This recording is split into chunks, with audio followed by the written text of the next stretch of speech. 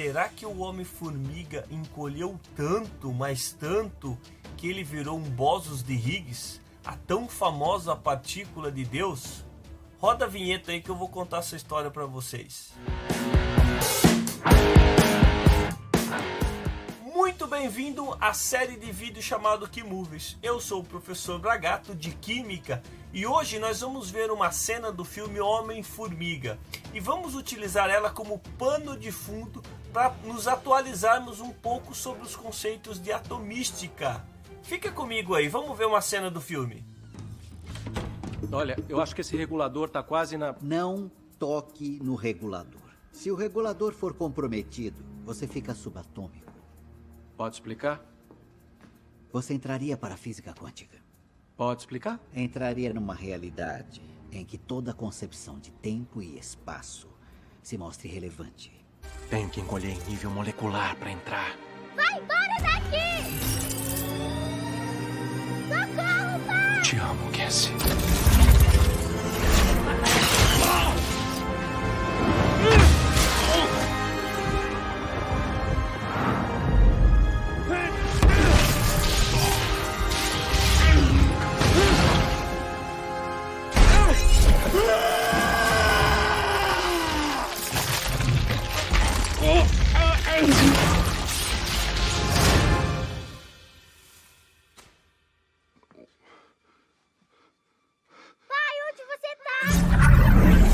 Você fica subatômico.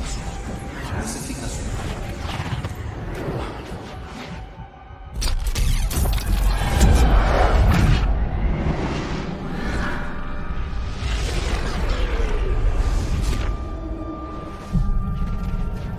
Entraria numa realidade em que toda concepção de tempo e espaço, toda concepção de tempo e espaço, toda concepção de tempo e espaço se mostre relevante. Toda concepção de tempo e espaço se mostre relevante.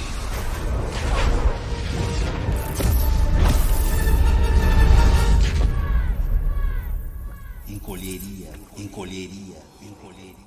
Que como vocês viram aí, ele chegou a entrar num núcleo atômico, num núcleo de um átomo. E agora eu quero contar para vocês como que a gente chegou nessa história de modelo atômico, como que a gente tem essa imagem que todos vocês já viram aí. Eu vou contar um pouquinho essa história para vocês rapidamente. Os gregos já queriam descobrir como que as coisas eram feitas, então como que era feita a matéria. Já nessa época, mais ou menos 450 anos antes de Cristo, surgiu dois filósofos gregos, o Leucipo e o Demócrito de Abdera. Abdera é uma região da Grécia, que dizia o seguinte: não, ó, todas as coisas são formadas por uma partícula muito, muito pequena. E eles chamaram essa partícula de átomo. Era como se fossem bolinhas esféricas e cada átomo tinha o seu tamanho. E olha só, 450 anos antes de Cristo foi cunhado esse termo. Esse termo ficou incubado, né, aproximadamente 2.200 anos. Ele só voltou em 1800 depois de Cristo com o químico John Dalton. E aí a gente tem uma evolução pela ciência do modelo atômico. Mas vocês vão ver que em 1960 teve uma grande revolução dos modelos atômicos com a descoberta de outras subpartículas. Perceba, o Homem-Formiga, né, o nosso tema do filme aí, ele foi no núcleo do átomo, desceu no núcleo do átomo. Só que esse núcleo do átomo, eu vou mostrar para vocês que ele é formado por outras partículas também. Pelo modelo padrão de partículas, nós temos 17 partículas subatômicas e não somente essas três aqui. Dá uma olhada nessa ilustração aqui.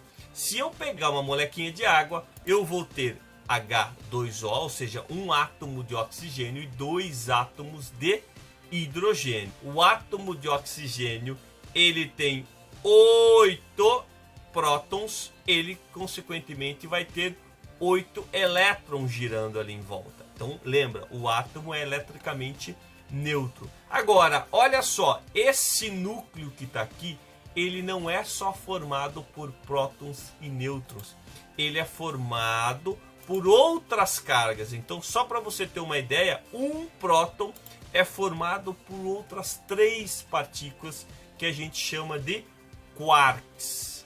O nêutron também é formado por partículas subatômicas, que são os quarks também, mas em formato diferente. Esses gluon é como se fosse uma cola para manter essas partículas. Se nós formos atualizar o modelo atômico, que é o modelo padrão, a matéria é formada por apenas 2 tipos de partículas.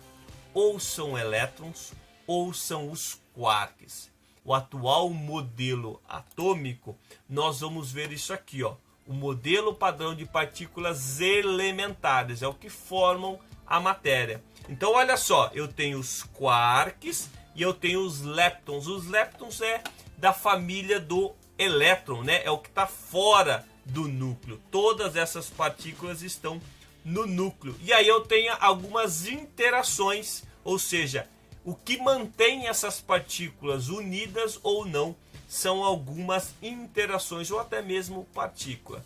E essa partícula aqui, ó, que é o bóson de Higgs, essa partícula é que vai dar a harmonia para todas essas subpartículas dentro do átomo. Isso foi descoberto recentemente. Isso foi descoberto em 2013 com o acelerador de partículas, onde chocou núcleos atômicos, e de que o núcleo atômico não era só formado por prótons e nêutrons, mas sim outras partículas, outras forças. Então, veja só, partículas fundamentais para a gente estudar, a gente pode considerar prótons, elétrons e nêutrons, mas fica ciente que nós estamos evoluindo cada vez mais na ciência para entender realmente qual é a base, qual é a partícula fundamental de que todas as coisas são feitas. Tudo bem, pessoal? Então, utilizamos o filme aí do Homem-Formiga para estudar um pouquinho sobre modelos atômicos. Um grande abraço para vocês e até breve!